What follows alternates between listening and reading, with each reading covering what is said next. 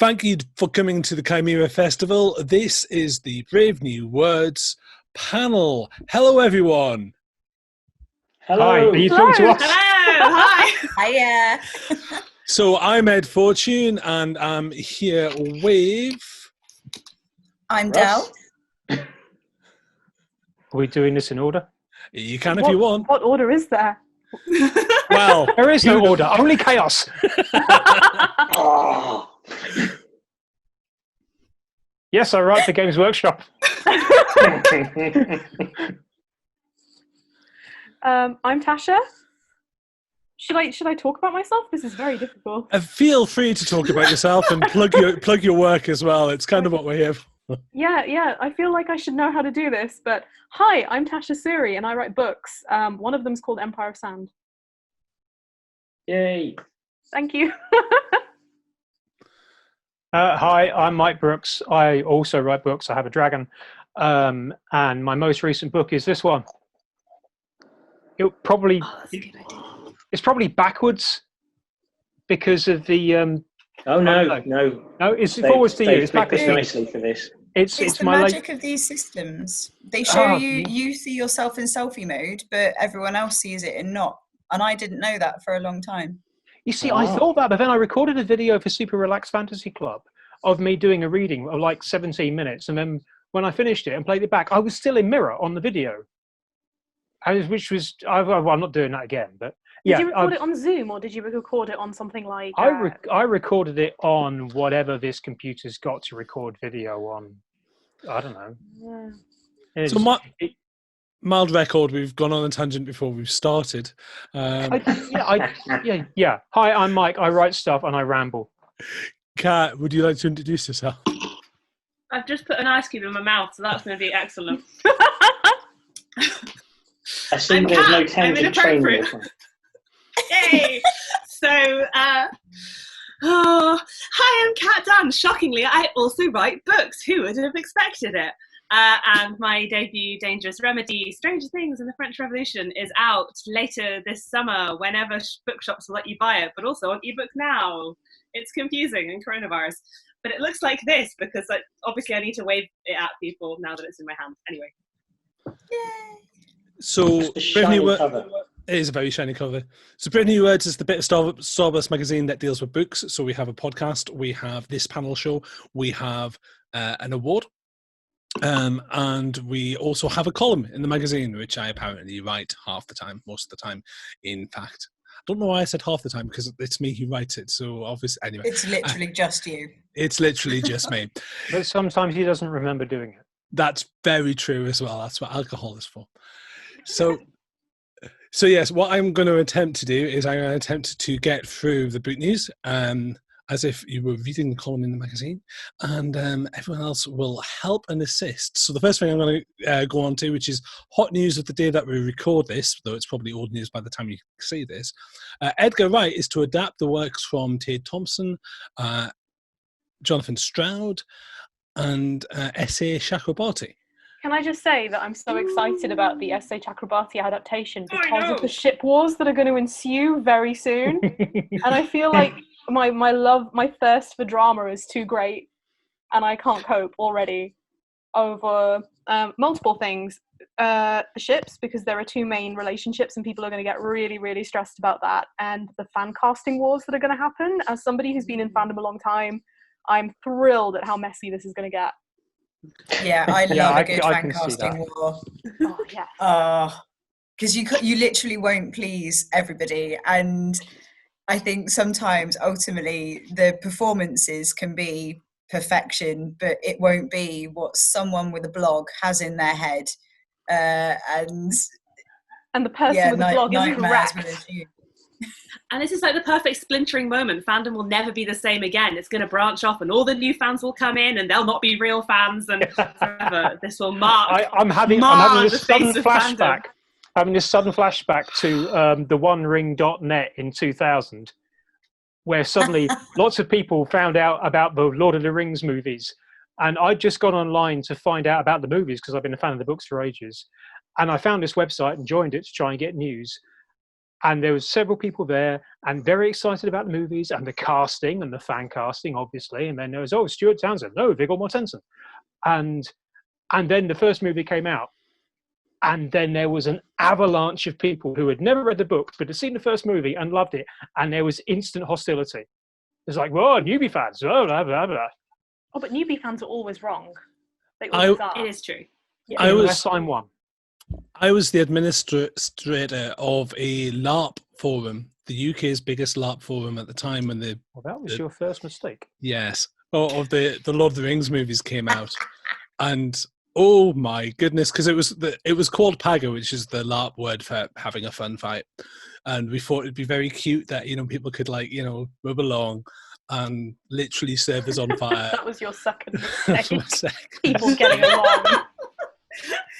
The internet is designed for everyone to angrily shout at each other while drinking white wine in their bedrooms. That was the yes, I remember.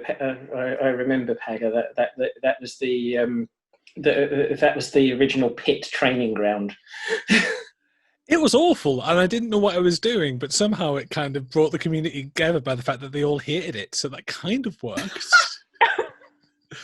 I just think it's really difficult, because I understand that as someone who has been a fan of something for a long time, awesome, that's lovely, but it doesn't. I do it. I am absolutely guilty of this, but it's really difficult to remember that just because you've been a fan of something for a long time does not mean that that belongs to you.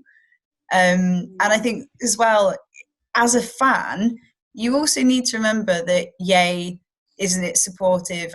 Isn't it nice to be supportive? And isn't it nice that actually a load of other people have found this story that you think is so important, even if it's not in the format that you first fell in love with it? It doesn't mean that that isn't valid.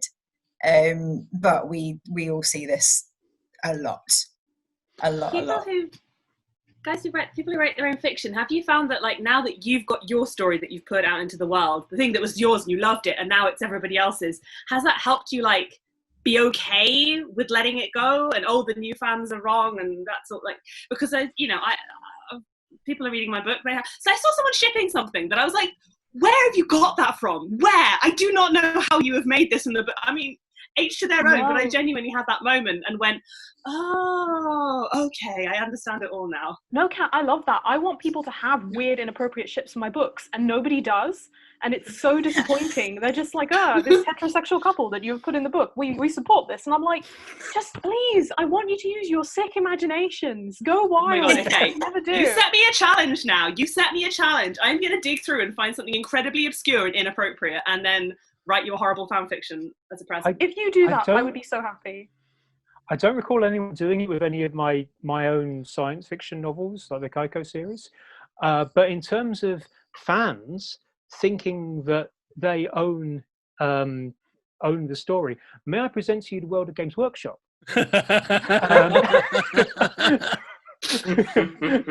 Where my writing, paid for and approved by Games Workshop itself, has been the subject of various blog posts from angry white men about why it is wrong and why you don't get non-binary genders in the Warhammer 40,000 universe. It's just like, no, you do, because I wrote it and they paid me to write it and they published it.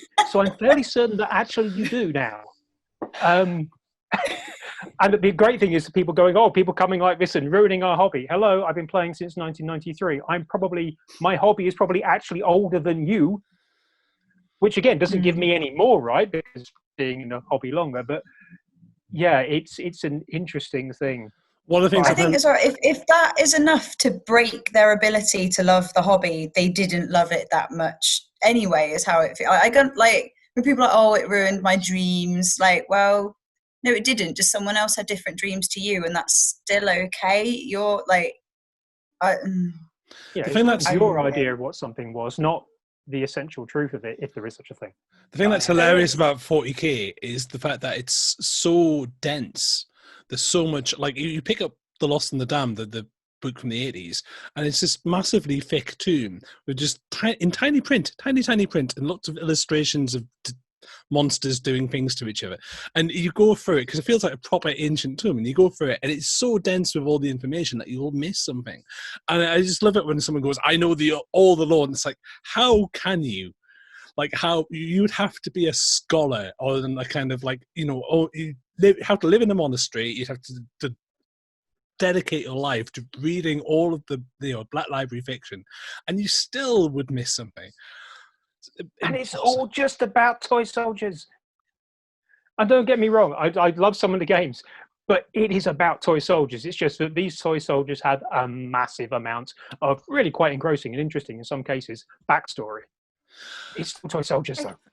Yeah. But I suppose that's the thing, is that, like, obviously these things just aren't like what fandom does people, the deep, like, psychological hole it fills in us is complicated. And I feel like I should go and read a bunch of all the academic work people have done on fandom and why it is what it is. That feels like a conversation closer. Sorry, have I destroyed the tangent now?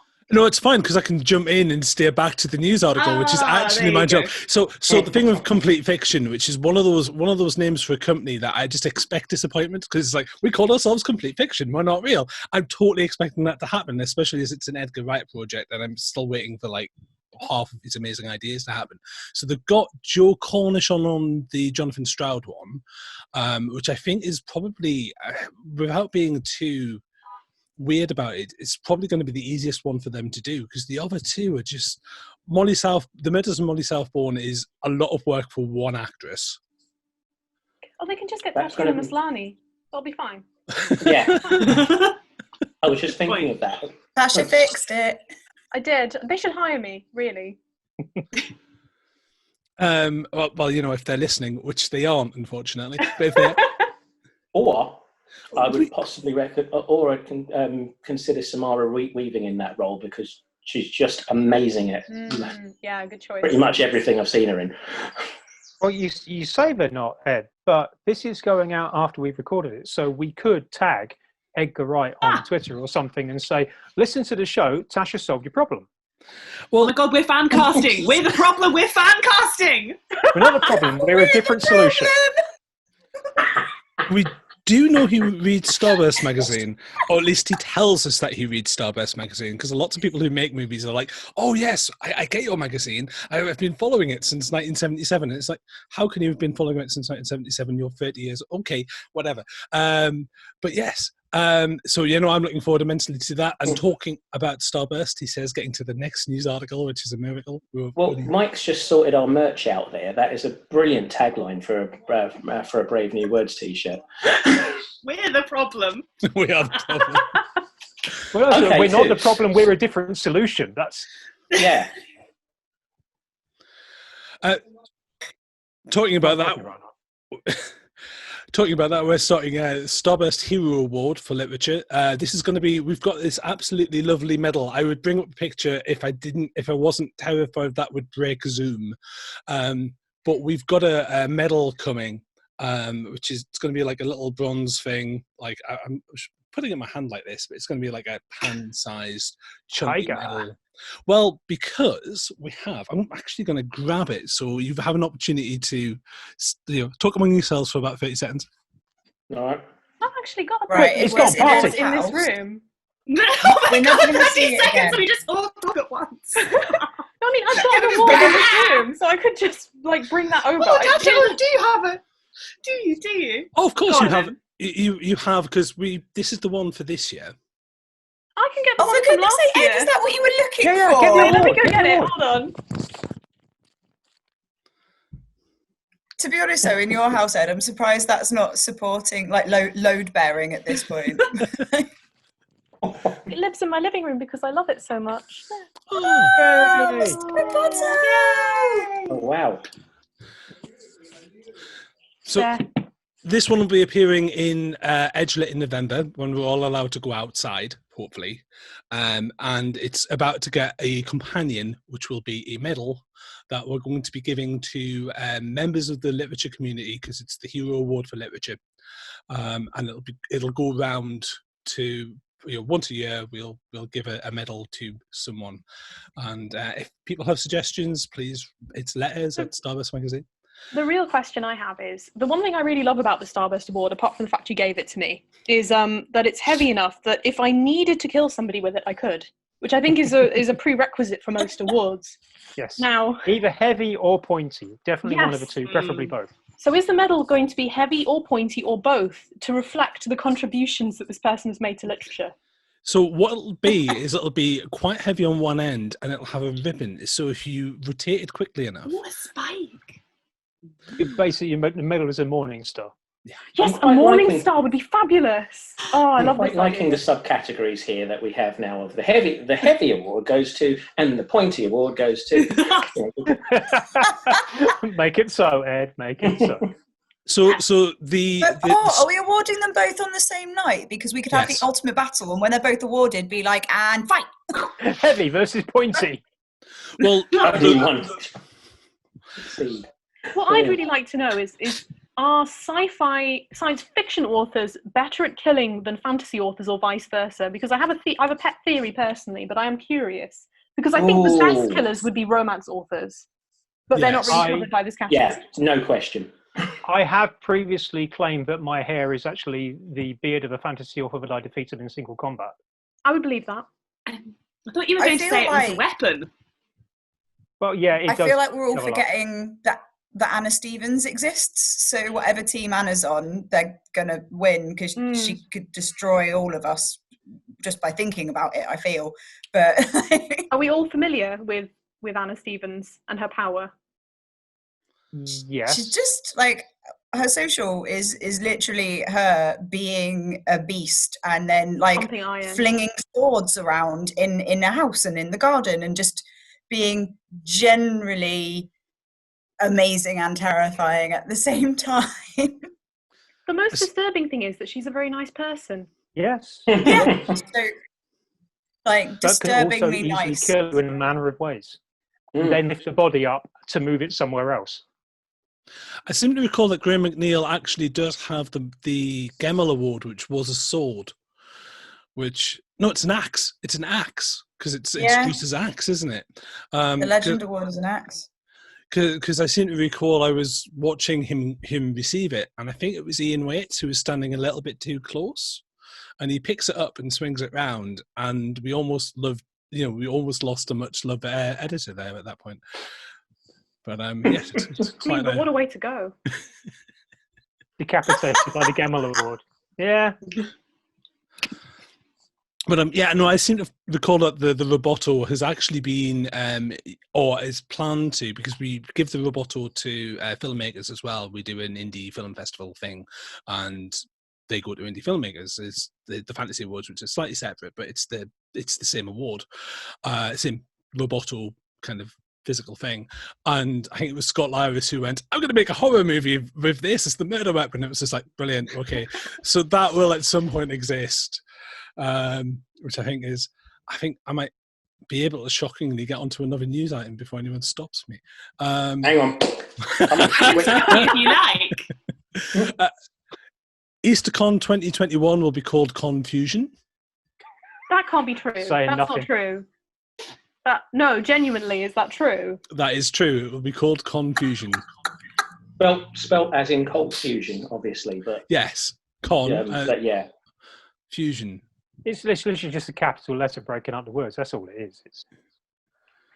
Well, the last one was called Concentric, which you can kind of, ever decreasing circles, I suppose. But yes, I just worry about where this could go. I mean, you're going to have Conception Con before we know it, and then Conception. yeah. in No, that's the only conceivable. bad one I can think of, actually. Oh, there has to be a Princess Bride convention called Inconceivable, surely. I'm not going to love Google that. that right now because that must exist. Can somebody Google it just to check? Can we Oh, check? but then Ed's gonna get ideas, and then all of a sudden I'll be running events. I You feel, say this I like feel it that impacts that us exists. negatively in any way. I'm assuming that there's been, a 50 Shades of Grey convention called Consent No, in large no. capital letters. No, No, stop. no. I lean away from the camera. I don't need to be part of this. But speaking of 50 Shades, Twilight's coming back. No, let's not. Oh God. Yeah. Did it ever No, but go there away? are a few things this year. There are a few kind of things that are done that the authors are just like, there's another story here. Now, whether that's because the author actually thought there's another story here, or just someone offered them a figure that they couldn't refuse. But there's another Hunger Games this year, isn't there? Yeah, just seems to basically be being postponed to 2021 in everything. I've got gigs that are moving to 2021. The EasterCon is still in Birmingham, but in 2021, like everybody's tours are going. It's just so we need something in 2020. Yep. So someone's just quickly recycle some stuff from 2013. Well, the thing about Twilight specifically is that this book existed in like 2012, 2013. I can see Kat nodding, but somebody leaked it online and in a kind of drama. The first 13 chapters, yeah. Okay, you remember this better than me, so go ahead. I love that this is our shared, like, popular memory from 2012. Our weird brain of being too summation. Yeah, I think they wasn't it like the first 13 chapters or something when it was because she'd already done that extra spin-off that was it gender swap? What was it? What was that other? She did a gender swapped version of Twilight. Everyone shut up. Yes. It's fine that I read everything. And then it was going to be Midnight Sun, and then it leaked, and it was all over the internet, and everyone was like, how many times are you going to read the same book? And then she said she wouldn't release it. Yeah. And now here we are. It's coming.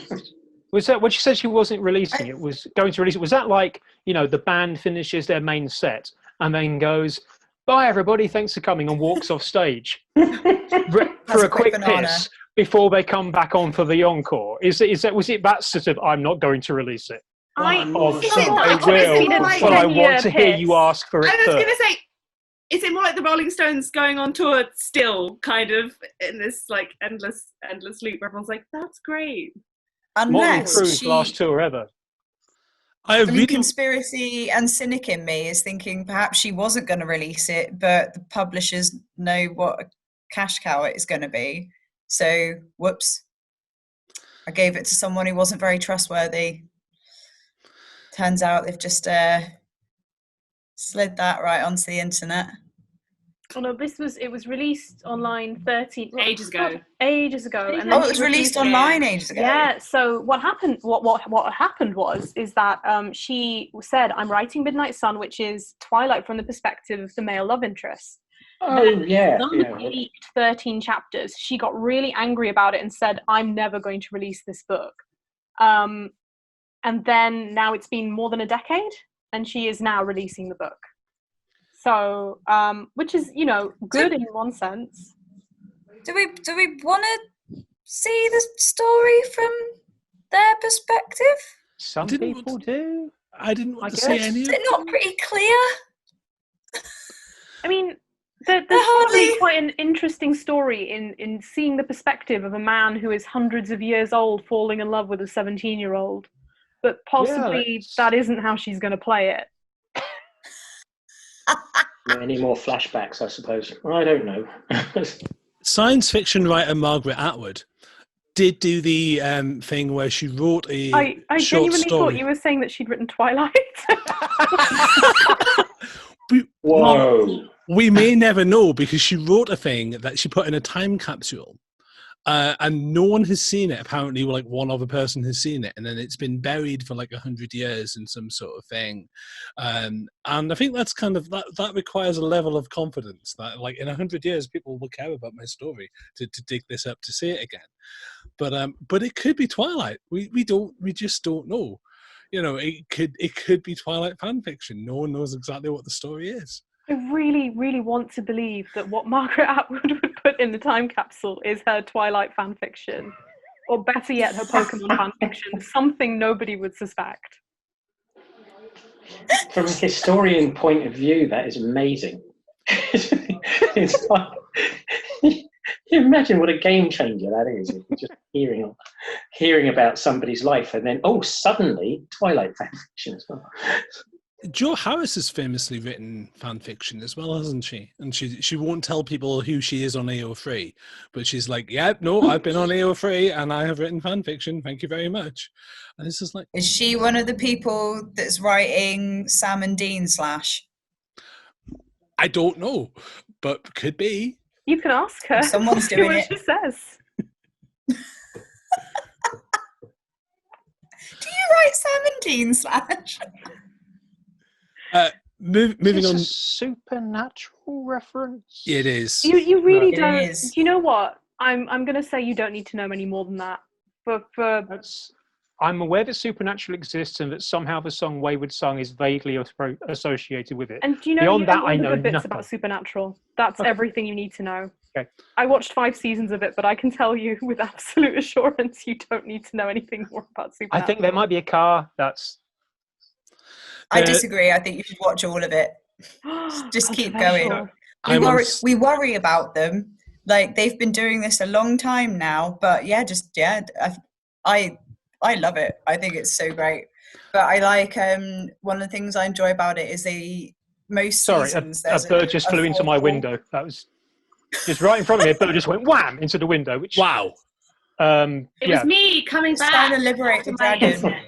And also, my cat has just realised this and is now looking out the window to see what's gone on. So, if you see me flail toward trying to grab a cat who's now jumping out of the open window onto a stunned bird 2 stories below, you will know why. It took me 6 seasons. On a tangent from a tangent. It took me 6 seasons. I have a superpower.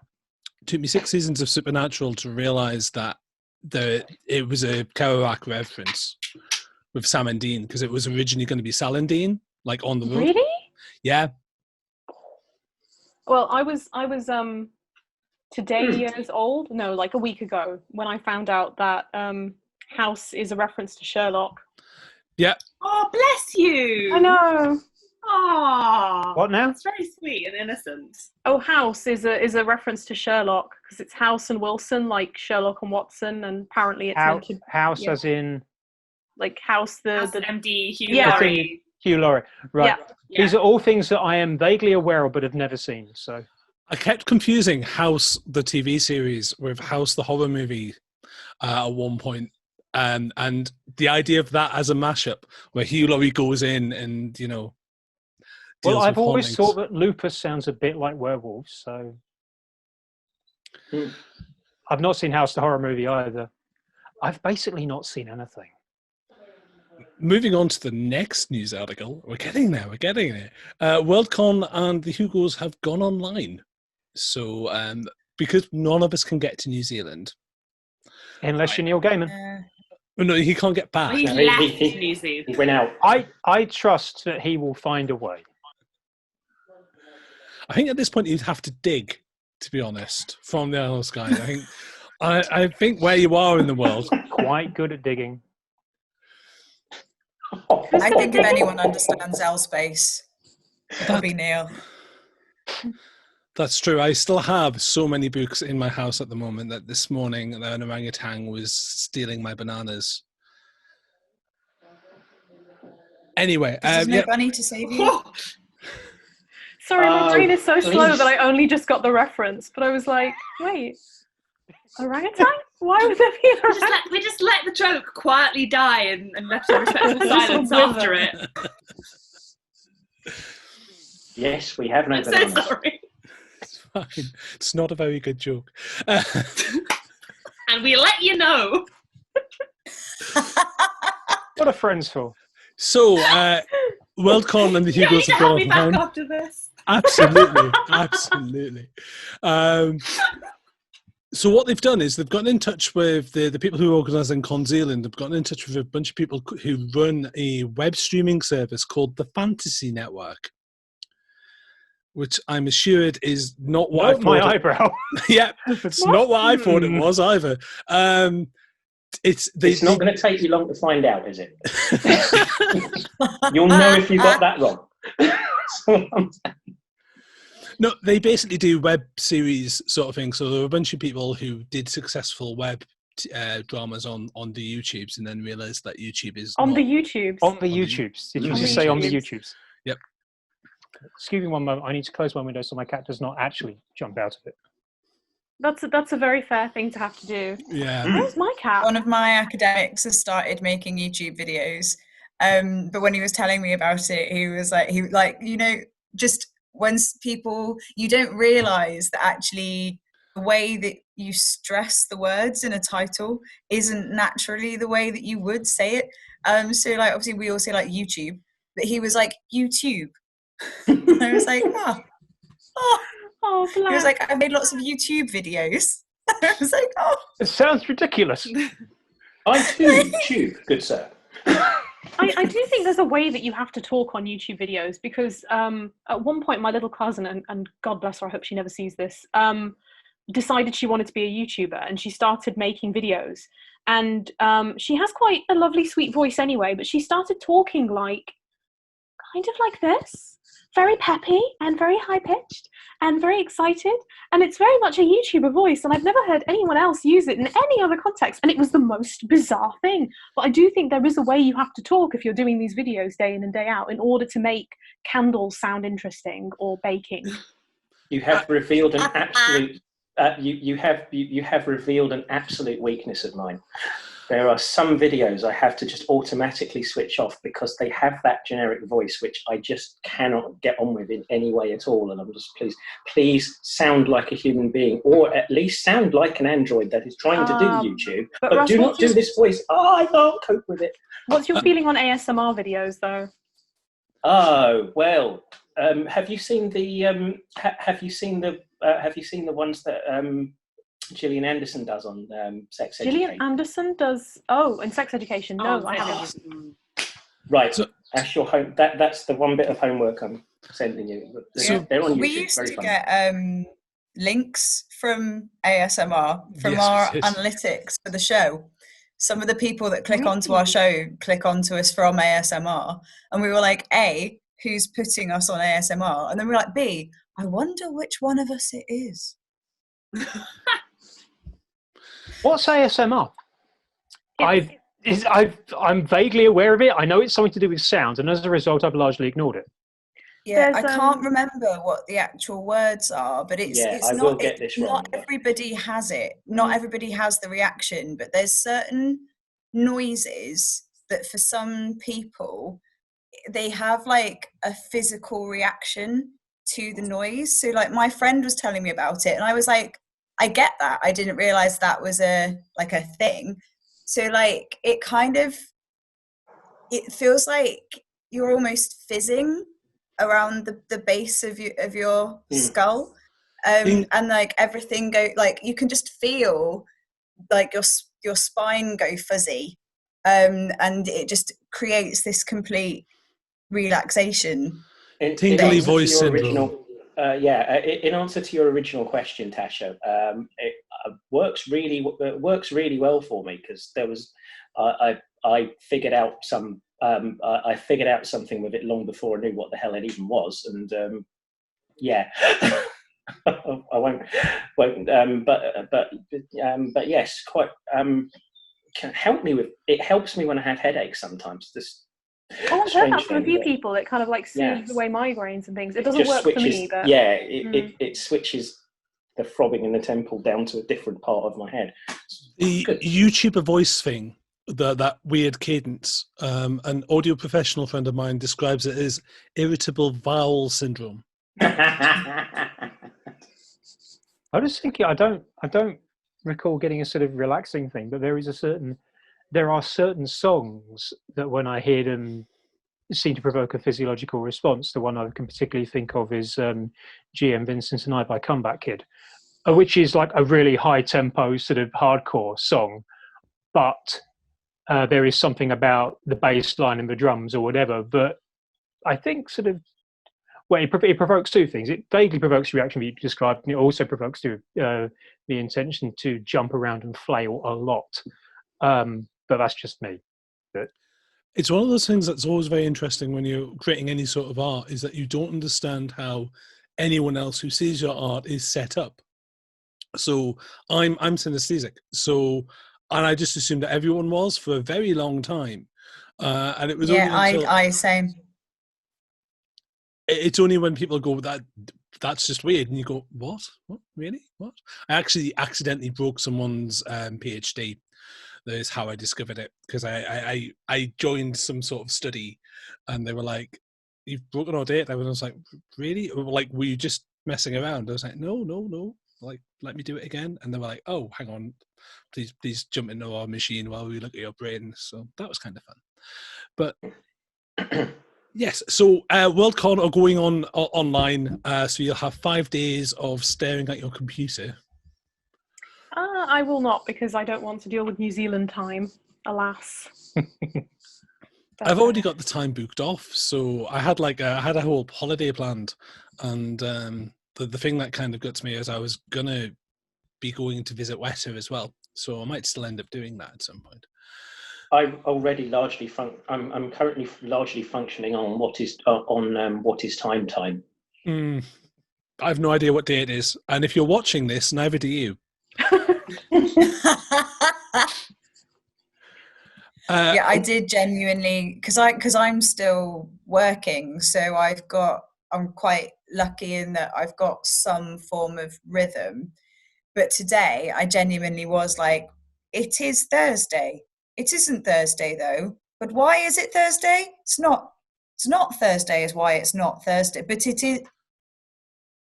It's Wednesday. Yeah, the week is slipping. Monday. It's Monday. Time Bank is meaningless. Bank holidays turn up to confuse us even more. That is true. Especially when we speak to people in move the bloody things to a Friday. Right? Yeah, what's that? Bank holidays on a Monday, or it's Christmas Day or Boxing Day or New Year's. These are powerful forces that. Well, there is an entire there is an entire Brave New Words podcast tangent on the move from Friday to Monday in this case, but I shall spare you the rant. That's a fine tale you have there, Mike. Yeah, thank you. Oh, So I grew it myself. oh. That was Nimbus. Say hi to Nimbus, everyone. Hello, Nimbus. Hi, Nimbus. Oh, Nimbus is an excellent cat name. Yes. I'm very glad the camera was exactly where it was and not a little bit lower. So close. Talking of asterisks, so Neil Gaiman annoys everyone by going home. Is the next news item. Millionaire author Neil Gaiman has come under criticism for breaking quarantine guidelines in order to return to his home on the Isle of Skye. See, on the basis that Neil Gaiman has disappointed all of us, I think we should make Noel Stevenson our new Neil Gaiman. By which I mean that he's been known as kind of being cool and quirky, and I think she's cool and quirky, so she can be our new Neil Gaiman. They both started on comic books, then moved to a TV series. Yeah. And in fairness, Noel's been much more successful with her TV series than Neverwhere. But, well... Shame. I mean, to be fair, nobody watched Neverwhere. It's the reason why the novel Neverwhere. was written. I watched Neverwhere. It was you. You are the one. No, I've got a novel. I bought the DVD a few years ago. What? I watched it with him. him. You have to find it, you know. I'm not watching. You have to watch the bits with. No, you need to watch the bits with. It's left my head. Tamsin Doctor Greig. Who, Scottish. No, Scottish Doctor Who. That my brain's you. Peter Capaldi. Peter Capaldi. Yes. Sorry, I was like trying not to be like just list swear words from Malcolm Tucker. I was like, let's do the polite version of this. As the Angel Islington. Yeah, no, really good. We may have struggled just with Scottish Doctor Who. I know, but it was clear inside my head. I could have been more obscure. I could have said early love interest in Vicar of Dibley that I rediscovered. Wait, what? Vicar of Dibley? Here's the sexy. Yes, Tristan, the sexy Songs of Praise director. And I was just like, what? He's so. It's very good. You need to go back and it's all on Netflix now. He's in episode 2. Songs of Praise come in. Yeah. He's the sexy director. Called Tristan. His hair is floppy. It's. One of my favourite things is finding celebrities before they were famous playing weird roles. Like Benedict Cumberbatch was in Tipping the Velvet as the what? Benedict Cumberbatch was in Tipping the Velvet. He was the love interest of the main character when she didn't know that she was gay. Right at the beginning. I don't remember that being him. I'm almost sure it's him. I can't Really? check that right now, but you're just going to have to believe that believe I he's in- believe it was Benedict Cumberbatch. I believe he's in Nathan Barley as well, but I can't quite remember. He I also feel like, Is that he's like- in Starter for 10. he narrated the Yes, I remember wildlife that. series South Pacific, which I have on DVD. Hmm. And he couldn't other- say penguin. Penguins! Yes, he Penguin. couldn't say penguin. He said penguins. The other thing I found out the I other watched the day penguins. was one of my favourite wildlife series again that I've got is Wild Caribbean, which is narrated by an actor called Steve Toussaint, and he has this when he's narrating this is this wonderful sort of very very relaxing voice, very soporific as he's describing Caribbean wildlife and stuff. And then we watched that ridiculous Prince of Persia movie again the other day, and he's the Umbaka knife thrower, and he's massive and he's ripped, and it's just and trying to reconcile this massive ripped knife throwing guy with the gentle sort of soporific voice nature narrator was just, hang on a second, what? Because I think it must have been about the same time as well, but it happened. That was a really, really niche realization that I was just looking at the cast, just going, hang on a second, who? Anyway, that's Gary, like thank you. Michael Sheen.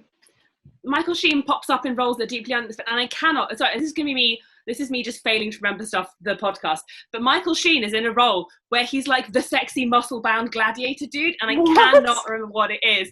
No, it is. It's true. It is. Oh, this is driving me crazy. I have a friend who's like, also to go Michael before- Sheen. It's real. He was. It was like.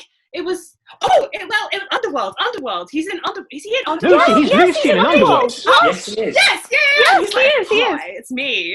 And But you're he's like, "Sorry, also in Michael Sheen, Twilight. What's happening? What? Yes, What? yes. Okay, this is what I'm doing. I'm mashing. Michael Sheen is secretly in everything. No, Michael Sheen is in Twilight. He is the leader of the. I forgot what The they're called. Volturi. The Volturi. Yes, Yeah. yes, he's the leader of the Volturi. The who? Michael Sheen Right, is in a I lot had- of things. Evil A vampire very- people something. Oh. My brain thought you said Martin Sheen, and I was like, Oh, sexy gladiator. also, werewolf connection. I can't remember the name of the actor. He's called Chris something, and it's double-barreled. But we first saw him when he was one of the werewolf. He was the big scary werewolf in Underworld Evolution. But he also plays. Apparently, I haven't watched this myself, but he also apparently plays a werewolf in Lost Girl. I used to watch Lost Girl. Oh, I used to watch Lost Girl. And so we saw that, and then I think we were watching it again, and my wife said, "Hang on a second, he plays a werewolf in Lost Girl as well." So he plays werewolves, but he also plays roles in space because he had a role as Coop in The Expanse. But then we started watching Dark Matter, and in the second series of Dark Matter, he's a lawman in Dark Matter, and he shows up as a space person with the gun. It's like, you are following me around. You're in everything I watch. I bet that this guy lives in Vancouver. That's my bet. Because that's where Yeah, all the that's sci-fi the thing about films it. are filmed. Every role he's had a beard, and he's just, okay, fine. And then halfway through the second series of Dark Matter, he shaves for no. It just like suddenly the character turns up and he hasn't got a beard, and it's like, oh my god, he looks like Nigel Farage. I'm very confused. Without Because- a beard, he looks like Nigel Farage. It's terrifying. If he's a werewolf and he's in space, surely then he can always see the moon. The moon is always full. Or he can never see moons. I don't know. That's the trouble with werewolves in space. Once you put the two together, it kind of goes out the window a bit. What was it? Preferably not out the window, because then they die of a vacuum. But you know. I haven't seen the last season of Lost Girl. You don't need to.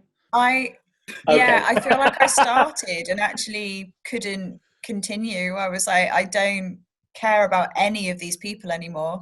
There were some really odd character decisions that felt really far away from not just what you'd expect, but like it just felt like they'd almost been rewritten. And I was just like, I don't believe this would happen. I know that sounds stupid based on the premise of the TV show, but take out the monsters.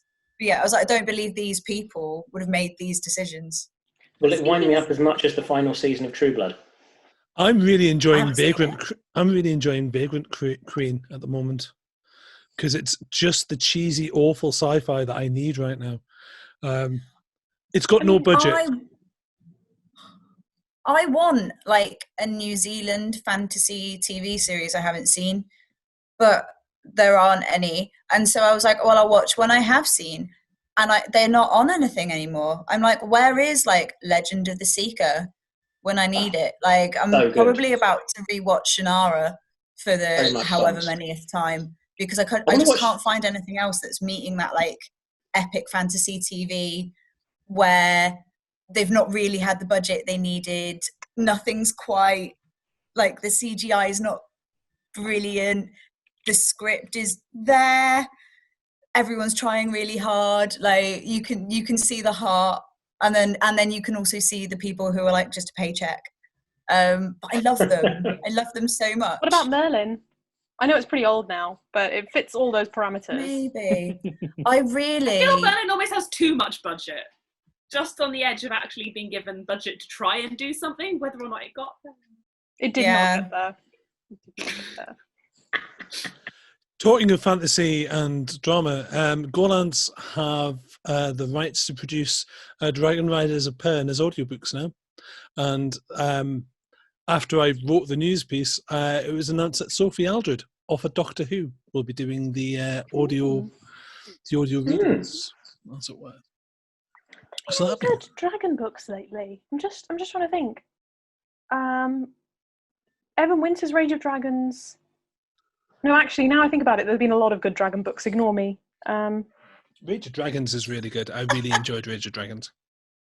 I need to read that. I haven't read it yet. It's actually on the. I feel like that's shortlisted for some form of award. That's quite. It is. It's shortlisted for the Brave New Words Award. I feel like I should actually have to go through the rest of the list now, which is really awkward because I can never remember them off the top of my head. Well, I know at least one other nominee comes up on the news for the show, but whether we get there or not is a very different thing. This is excellent entertainment of just dead air. Well, it's absolutely fantastic. It's not dead air. It's Ed air. I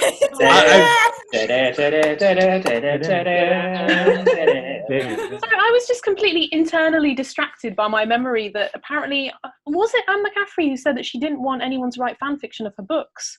Yes. Yes, I think so. Yeah. Yeah, and for some reason that's what I was thinking about, but not articulating in any way, shape or form, which is, helpful on a show where you're meant to talk. I know I'm not a writer, so I'm coming at this from a different perspective to all of you who are writers, but I kind of feel like that's not your decision. I mean, you can express your preference and people can ignore it. It's not our decision whether there's fan fiction or not, basically. Yeah. Oh, I was like, not your decision to speak out loud on a podcast, and I was like, that's true, we've been brought here to all speak out loud, but that's quite a meta point we're getting. It's one of those things. It's not your decision, Ed will make you. It's one of those things because George R. R. Martin is very sniffy about fan fiction, in the sense that he sits there and basically says that you're not exercising the right muscles or some such nonsense. Sorry. Oh, he's all like, oh, you're not. You need to exercise your world building, and you're not exercising your world building. And I'm like, did you know you can do both at the same time? Yeah. They're not mutually exclusive things. Well, I would like to point out that based on recent history, George R. R. Martin isn't doing much of that either. I wish I had a fan so I could snap it open and then just like fan my face. Just, Well, one of the things I always find quite interesting when like George R. R. Martin comes up on shows we do with like guest authors in is actually hardly anyone who ever comes on the show has actually read any of the Game of Thrones books. Oh, really? We had an entire show once, and every single person on the panel was like, I've not read it. And then it came up on another panel, and again, I think only one person on the panel had read any of them. So I think he's held in quite high esteem, but I don't know many people who've actually... I know, no, that's a lie. I know a lot of people who've read it, but not people that I know through this. Not people I know through Brave New Words. I went to his party last year at the Hugos. That was interesting. So was that the year that they were letting people in, or the year they weren't letting people in? It was the year they weren't letting people in, but I did get in. I wasn't nominated for anything. I was there as someone's +1. It is my general criticism of George R. R. Martin, though, when people say, "Oh well, when's his book coming out?" It's like literally he couldn't organise a piss up in a brewery. He had a Guinness factory. It was Dublin Guinness, and anyone can organise. Thank you, Kat. I've got the fan now. So. Yeah. I feel I should go through the Brave New Words nominees for 2020, which are Dead Blondes and Bad Mothers by Sidney Doyle, This Is How You Lose the Time Wall by Amal El-Mottar and Max Gladstone, The Imaginary Corpse by Tyler Hayes, Gideon the Ninth by Tamsin Muir, New Sons, original speculative fiction by people of colour, produced by Rebellion, and Rage of Dragons by Ethan Winter. I don't know. It's that kind of BBC instinct of going, oh, we should mention all of them. Yes, quickly. So, I'm sorry, I cheered at my favourite one. Oh, you can just blank out my screen, so I'm like, time war. Feel free. That one. You can. Judges, maybe not. That one, best novella, didn't it, or best story at the BFSA? BSFA. Yeah, best shorter fiction thing. I think you said. It's nominated for a Hugo as well, I think. It is. It's up for Hugo. Not surprised. In the novella category. The thing with the Brave New Words Award is it does all writing. It does all writing all the time. Technically speaking, a tweet could win. It hasn't yet. So 1 year, we're going to have a Haynes manual. I've got a really good one for the Apollo missions. I talked to one of the guys who is like doing the food calculations for the Apollo 13 mission, and he wrote the Haynes manual for surviving in a spaceship. And we're about to run out of time, I'm afraid. No way. Yeah, no, we're shockingly getting very close to the fact that we've been talking absolute nonsense for almost an hour. And if this was an actual festival, someone would be running up doing this sign, which for years I thought meant I was about to be assassinated, but apparently means wrap up the call. Depends on the I see festival. a lot of signs now. Like 5 minute from the back, 3 minute from the back. Just going, stop! Yeah, I've been on the panel where that happened once. It was like, 5 minutes to go. 1 minute to go. Stop. No, really, stop. We actually got to the point where they're holding a big row and saying, stop. And there was one panelist who was just still talking. So I just kind of, I'm just going to back up and go, bye. Still talking away on my right. And in the next panel. I wandered in to moderate a panel when the other panel was still going because they'd overran, if you see what I mean. And it was at that point they realised they should stop, which was one of those ones. But yes, so at this point we get to say thank you very much for tuning in and listening in. And yes, if everyone would like to say goodbye, if you also want to plug something as a last-minute plug, feel free to do so. I've been Ed Fortune because I can't help myself. So it's goodbye from me. I'm Mike Brooks. I can't help Ed either. I write books. Some is my own stuff. Some is for Games Workshop. I've got an epic fantasy called The Black Coast coming up later this year from Orbit and Rebellion. Yay. Someone say something, please. Come on, advertise things. Okay, I'm going. I'm Tasha Suri. It was nice to talk at all of you, whoever you may be, faceless people. I have books out from Orbit, Empire of Sand and Realm of Ash, and next year I'm going to have a new trilogy that begins with The Jasmine Throne. Ash, I thought you were calling us faceless people. And I no, was like, not you! Whoever's listening to this, thanks. you all have faces. You all have lovely, lovely faces. This is how you break the news to me, that you never really look at me in the face. Or this is how we break the news that your camera's not been working this whole time. Yeah, we lied when we said we could see you. Kat, would you like to plug your stuff and say goodbye? Yeah, and now you don't need my face. I can just hold my book in front of my actual face the entire time. I've been Kat Dunn. This is Dangerous.